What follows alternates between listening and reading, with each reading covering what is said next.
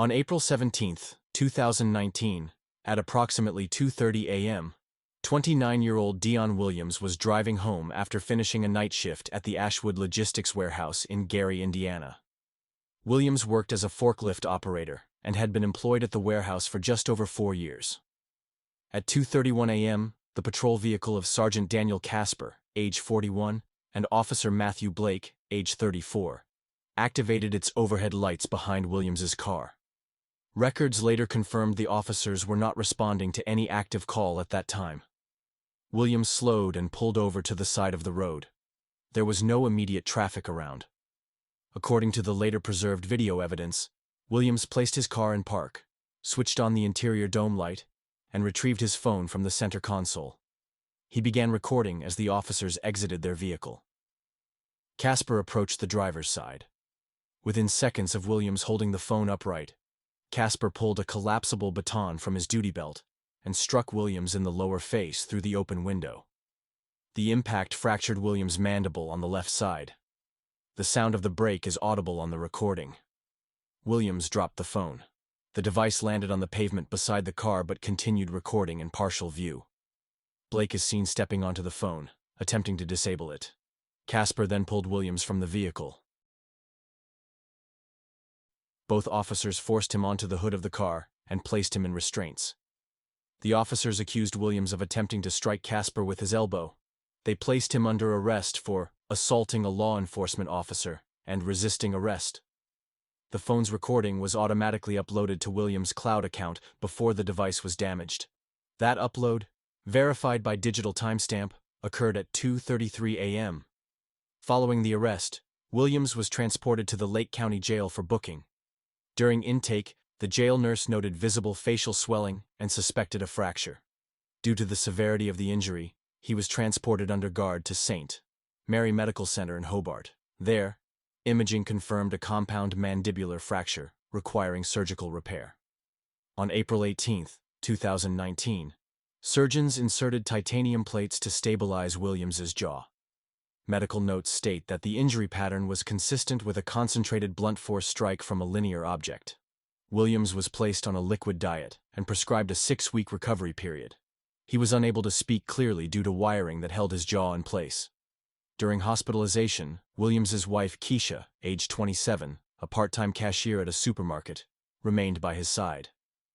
According to her later statement, while she was in the hallway outside the recovery room, one of the attending physicians, Dr. Raymond Ellis, quietly told her, "This is the 4th patient I've seen in 6 months with nearly identical fractures. All of them young black men. All of them reported to have fallen during police arrests. And in 3 cases, the arresting officers were the same names, Casper and Blake." Medical records confirm that between November 2018 and March 2019, 3 other individuals were admitted to St. Mary Medical Center with mandibular fractures attributed to police encounters. Each case involved a reported fall during arrest procedures. Hospital logs list the treating officers as Casper and Blake in each instance. Williams remained hospitalized for 3 days under police custody. Upon discharge, he was returned to the county jail, still wired shut from surgery. Bond was set at $25,000 for the charges of assaulting an officer and resisting arrest. Keisha Williams posted bond using borrowed funds from relatives, securing his release on April 22, 2019. The Williams family's financial condition at the time was limited. Dion earned approximately $34,000 annually from his warehouse position, while Keisha contributed part-time wages totaling under $10,000 annually. They rented a 2-bedroom apartment in a 3-story building on West 11th Avenue. Monthly rent was $720. With Dion unable to work due to his injury, the family faced immediate loss of income. The internal incident report filed by Sergeant Casper stated that Williams became verbally aggressive and made a sudden movement with his arm, prompting the use of force. The report claimed that Williams fell while being restrained, causing his jaw injury. Blake's supporting statement repeated the same sequence almost word for word. No mention was made of Williams recording the encounter. However, the hospital's surgical notes, combined with the uploaded phone recording, conflicted with the officer's version. In the recording, no verbal threats are audible prior to the baton strike. Williams' first words were, "I'm recording this," followed by the immediate sound of the impact. The video shows Casper raising the baton before Williams made any movement from his seat. By late April 2019, Williams' condition remained critical for daily functioning. He required assistance eating, could not speak normally, and needed frequent medical monitoring for possible infection around the titanium plates. Keisha recorded in her notes that their son was distressed at seeing his father unable to talk. The officer pair, Casper and Blake, returned to duty within 3 days of the incident, as no internal disciplinary measures were initiated. Their personnel files later revealed multiple use of force reports filed in the previous 2 years, but none resulted in formal suspension. Following his release on bond in April 2019, Dion Williams returned to the small apartment on West 11th Avenue in Gary, Indiana. His jaw remained wired shut, and he was under instruction not to return to physical labor for at least 2 months. This created an immediate problem. The Ashwood Logistics Warehouse placed him on unpaid medical leave, citing his inability to perform essential duties as a forklift operator. On April 25, 2019, Keisha Williams began contacting local defense attorneys to contest the charges of assaulting an officer and resisting arrest. The first attorney who agreed to review the case was David Holcomb, age 52, a criminal defense lawyer based in Crown Point, Indiana. Holcomb initially expressed confidence that the video recording would serve as strong evidence in Dion's defense. He formally signed on as counsel of record on April 27. On May 3, 2019, Holcomb called Keisha and informed her that he was withdrawing from the case. According to her notes, Holcomb stated, "I received advice from colleagues that this is not a case I should continue with. Consider it a warning." He filed a motion to withdraw the following day. The court granted the motion without objection. Keisha then retained a second attorney, Eric Mandel, age 39, whose office was located in Hammond, Indiana. Mandel reviewed the file and met with Dion on May 8. According to Dion's later affidavit, Mandel appeared supportive until contacting the prosecutor's office. On May 10, Mandel informed Keisha that his fee would be $20,000 up front, citing the scope and difficulty of the case. The Williams family did not possess such resources.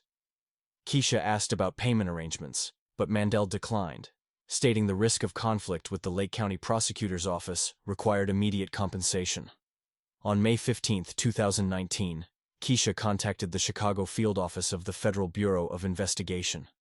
She submitted a complaint regarding the conduct of Sergeant Casper and Officer Blake, enclosing a copy of the cloud-stored video link. Agent Richard Tomlinson, age 46, contacted her by phone on May 20. Tomlinson stated that he would handle the matter personally and requested copies of Dion's medical records and the names of other patients referenced by Dr. Ellis. Keisha provided these documents by certified mail on May 23. For the next 3 weeks, Tomlinson maintained communication, asking clarifying questions about the arrest and the officer's behavior. Then, in mid-June, he stopped returning calls and emails. Keisha attempted to reach him 10 times between June 17 and July 2 without response. On July 4, 2019, when Dion attempted to access the saved video recording through his cloud account, the file was missing. Account logs indicated the file had been deleted on June 29, due to what the service provider described as a technical malfunction. The company's response to Keisha's inquiry stated, "A server-side error resulted in data corruption affecting a limited number of accounts. No recovery was possible. The absence of the video weakened Dion's defense position. He continued to face felony charges, could not resume work, and had no financial means to hire new counsel." By July 10, 2019, the Williams family received a foreclosure notice from First Midwest Bank. Mortgage payments had been delinquent since May. The notice stated that the property would be subject to foreclosure proceedings if arrears of $3,200 were not resolved within 30 days. On July 16, Keisha discovered a handwritten note in the family's mailbox. The note read, "Stop, or you'll lose more than your house." There was no signature. That night, she observed no unusual activity around the building. The following morning, July 17, all 4 tires of her car, a 2011 Nissan Altima, were found slashed. The incident was reported to Gary Police Department, but no suspects were identified, and no further follow-up occurred. Facing financial collapse, threats, and an unresponsive justice system, Keisha decided to contact Dion's older brother, Vince Williams. On July 18th, she called Vince at his workplace, a car wash on Grant Street. Vince, age 36, had been released from prison 8 months earlier after serving a sentence for burglary. He was attempting to re-establish himself, working hourly wages and living in a rented room above a garage. Keisha asked Vince to meet the family that evening. When Vince saw his brother's jaw scarred and wired and learned about the sequence of withdrawals, threats. On July 19, 2019, Vince Williams began independent surveillance of Sergeant Daniel Casper and Officer Matthew Blake. Vince, age 36, had been released from Westville Correctional Facility in November 2018 after serving a 3-year sentence for burglary. This had been his 4th incarceration since age 19. Vince decided to observe the officer's activities rather than report suspicions to law enforcement. He later told a friend that he believed any complaint would be ignored. He used his personal vehicle, a 2005 Chevrolet Impala, to follow the officer's marked patrol car on multiple occasions. Between July 20th and August 2nd, Vince tracked their off-duty movements. He noted that Officer Blake frequently visited the residence of his cousin, Darren Wright, age 29, who lived on Delaware Street in East Chicago. Wright was known locally for prior arrests related to narcotics distribution. Vince documented vehicle arrivals and departures, including instances where Blake arrived in uniform, carrying bags later exchanged for cash. Vince discreetly photographed several transactions using a prepaid phone. On August 3, 2019, Vince confronted Blake outside a convenience store on Broadway in Gary. He approached him in civilian clothing and showed him the photographs on the phone screen. According to Vince's later notes preserved on paper, he told Blake, "I know what you're moving, and I know who you're moving it with. You write down what you and Casper did, or this goes wider." Blake initially resisted but agreed to meet later that evening. That night, Vince and Blake met in an abandoned parking lot near an unused factory building. Vince presented the photographs again. Blake, facing potential exposure, wrote a 3-page handwritten statement admitting to reselling confiscated drugs through his cousin Wright. He also described several instances of excessive force by Casper, including the April 17th baton strike on Dion Williams. At the end of the statement, Blake added, "None of this goes on without Captain Morris. He knows and shields us." Vince kept the written confession but did not physically harm Blake. He later told Keisha that the leverage was enough and that scaring him with exposure worked. Casper proved more resistant. Vince attempted to confront him on August 6, 2019, outside a gas station. Casper dismissed him and drove away. Vince then escalated his approach.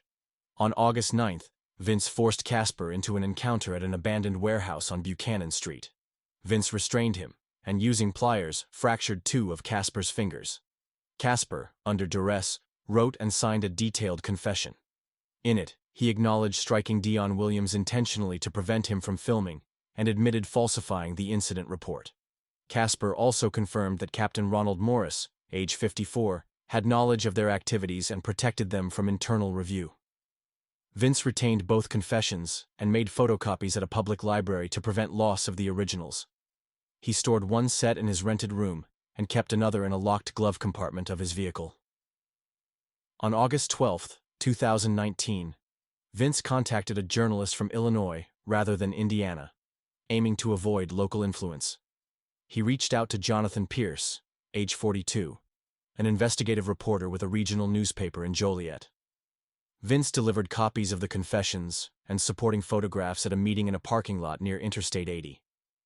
Pierce confirmed receipt of the materials and began independent verification.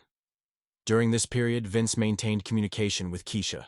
He told her he did not trust official channels and intended to use outside exposure as leverage. Dion, still in recovery, remained unaware of the full scope of Vince's actions, though Keisha later stated she suspected the methods were coercive. By mid-August 2019, Pierce had corroborated portions of the information by cross-referencing arrest logs, property room records, and prior complaints against Casper and Blake. The confessions, coupled with Vince's evidence of Blake's drug transactions, established a pattern of misconduct extending beyond Dion's case. On August 18, 2019, Pierce informed Vince that he was preparing a report for publication. Vince responded that he did not want his name used and that his involvement should remain undisclosed. Pierce agreed. On September 2, 2019, the Joliet newspaper published an article based on the material provided by Vince Williams. The story included excerpts from the handwritten confessions of Sergeant Daniel Casper and Officer Matthew Blake, as well as corroborating documentation. On September 6, 2019, Casper and Blake were placed on administrative leave by the Gary Police Department. They were formally arrested on September 9, charged with conspiracy, obstruction of justice, and narcotics distribution. Bail was set at $150,000 each. Internal investigators also opened a parallel inquiry into Captain Ronald Morris, though no immediate charges were filed against him. On September 20, 2019, the city of Gary reached a settlement with Dion Williams. The agreement provided $280,000 in compensation for medical costs, lost wages, and damages arising from the April 17 Baton assault. The settlement did not require admission of liability. Williams accepted, citing financial necessity, as outstanding medical debt and mortgage arrears had destabilized the family. With the settlement, foreclosure proceedings were halted, and medical balances were paid down. While Dion's case reached resolution, Vince Williams became a target of separate proceedings. On October 15, 2019, he was arrested on charges of extortion and coercion, linked to the confessions obtained from Casper and Blake. The arrest was executed by Lake County deputies under the direction of prosecutor Alan Hendricks, age 49. Vince was booked into the Lake County Jail.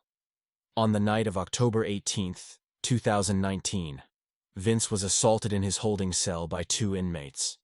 Correctional staff reported the incident as the result of a dispute between prisoners over personal matters. Vince was pronounced dead at 11:42 p.m. from blunt force trauma to the head. The two inmates involved were identified as Robert Daniels, 31, and Leon Hardy, 27, both serving sentences for robbery. The official incident report described the event as unplanned and spontaneous. No staff were disciplined, and the matter was closed as a routine internal investigation. On October 20th, Keisha Williams received an anonymous phone call from a blocked number. The caller stated, "Those men who killed Vince, they were supposed to be inside another 5 years. Hendricks filed a motion the day before to release them early." Keisha wrote down the statement immediately after the call but was unable to identify the voice. Vince's funeral was held on October 26th in Gary. Attendance included family members, co-workers from the car wash, and several of his former prison acquaintances. On November 2, 2019, 1 week after the funeral, Terry Hammond, age 38, approached Dion Williams at his apartment. Hammond had been Vince's cellmate during a previous incarceration. He explained that before Vince's October arrest, he had given Hammond a small digital voice recorder, with instructions to deliver it to Dion if anything happened to him. The recorder contained multiple audio files created between August and early October 2019. In these files, Vince documented conversations with an unidentified informant inside the Gary Police Department. The informant described a corruption scheme involving the diversion of seized narcotics and the disappearance of confiscated cash from evidence storage. The total value of the scheme was estimated at $2 million.